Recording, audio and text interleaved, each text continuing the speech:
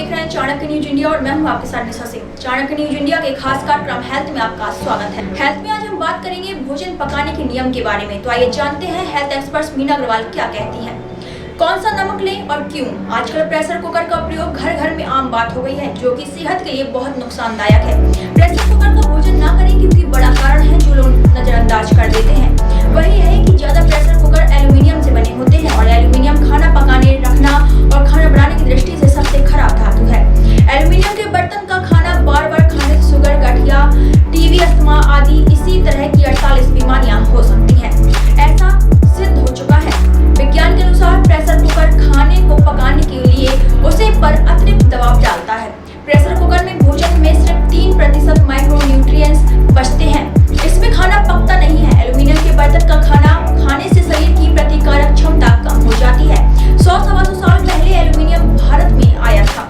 ध्यान देने की बात है कि एल्यूमिनियम भारी तत्व है जो शरीर में इकट्ठा होता रहता है। जो सिस्टम जहर को बाहर निकालने का तंत्र है, एल्यूमिनियम की कमी भी बाहर नहीं निकाल सकती। फिर दमा, अस्थमा, टीबी जैसे गंभीर बीमारियां का कारण बनता है। आधुनिक चिकित्सा विज्ञान में एल्यूमिनियम वर्जित है। कैंसर तक की बीमारी प्रेशर कुकर से होती है। किडनी फेल होने का कारण एल्यूमिनियम के बर्तन है। एल्यूमिनियम जहाज मिलन चान बनाने के लिए बहुत अच्छी धातु है क्योंकि इसमें दबाव को बर्दाश्त करने की सबसे ज्यादा क्षमता होती है। स्टेंसिल बनाने के लिए निकेल और क्रोमियम 2 केमिकल इस्तेमाल करते हैं जो कि बहुत ही भारी धातु होती है। चांदी के बर्तन सबसे अच्छे होते हैं। शरीर की ऐसी व्यवस्था है जिसमें हल्की धातुएं शरीर से बाहर निकल जाती हैं और भारी धातु में शरीर से बाहर नहीं निकल पाती हैं, अर्थात शरीर में जमा होती रहती है। एल्यूमिनियम भारी धातु है जो शरीर में जमा होती रहती है, शरीर से बाहर नहीं निकलती। इसी प्रकार के केमिकल हैं ऑर्सेनिक, पारा आदि।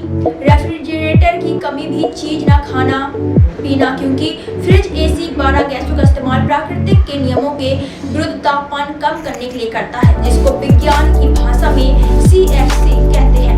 क्लोरोफ्लोरोकार्बन, इसमें क्लोरीन भी है, फ्लोरीन भी है और कार्बन डाइऑक्साइड भी है। रासायनिक शास्त्र के शब्दकोश में क्लोरीन मतलब जहर, क्लोरीन मतलब अत्यंत जहर और कार्बन डाइऑक्साइड का मतलब अत्यंत से भी अत्यंत जहर। यही काम AC भी करता है। फ्रिज यह तीनों गैसों लगातार छोड़ता है और एक भी कल 12 गैसें छोड़ता है। इसमें रखी हुई हर एक वस्तु उन्हें गैसों के प्रभाव में रखती है।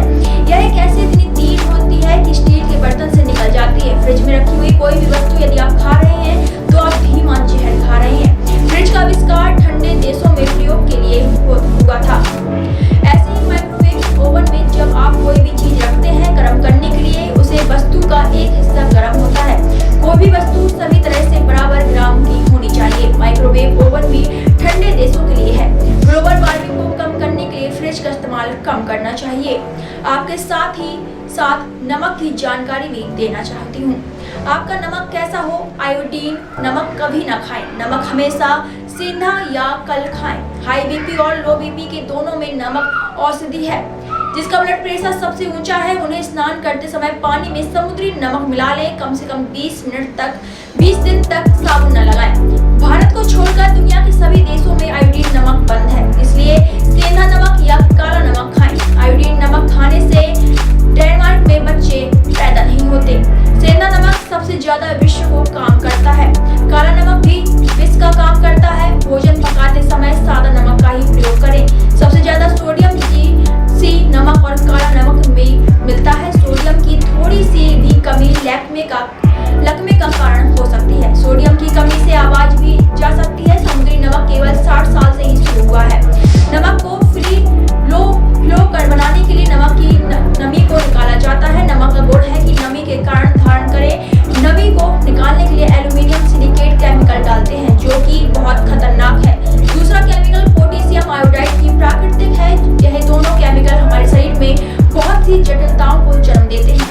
ठंडे देशों में आयोडीन नमक की जरूरत होती है। बहुत ही ज्ञान योग विषय है। सभी जो भी यह आर्टिकल सुन रहे हैं कृपया ध्यान दें और इन बातों को अपने जीवन में लाएं। आज की हेल्थ में इतना ही। और भी हेल्थ नुस्खों को लेकर के फिर लौटूंगी। तब तक के लिए धन्यवाद।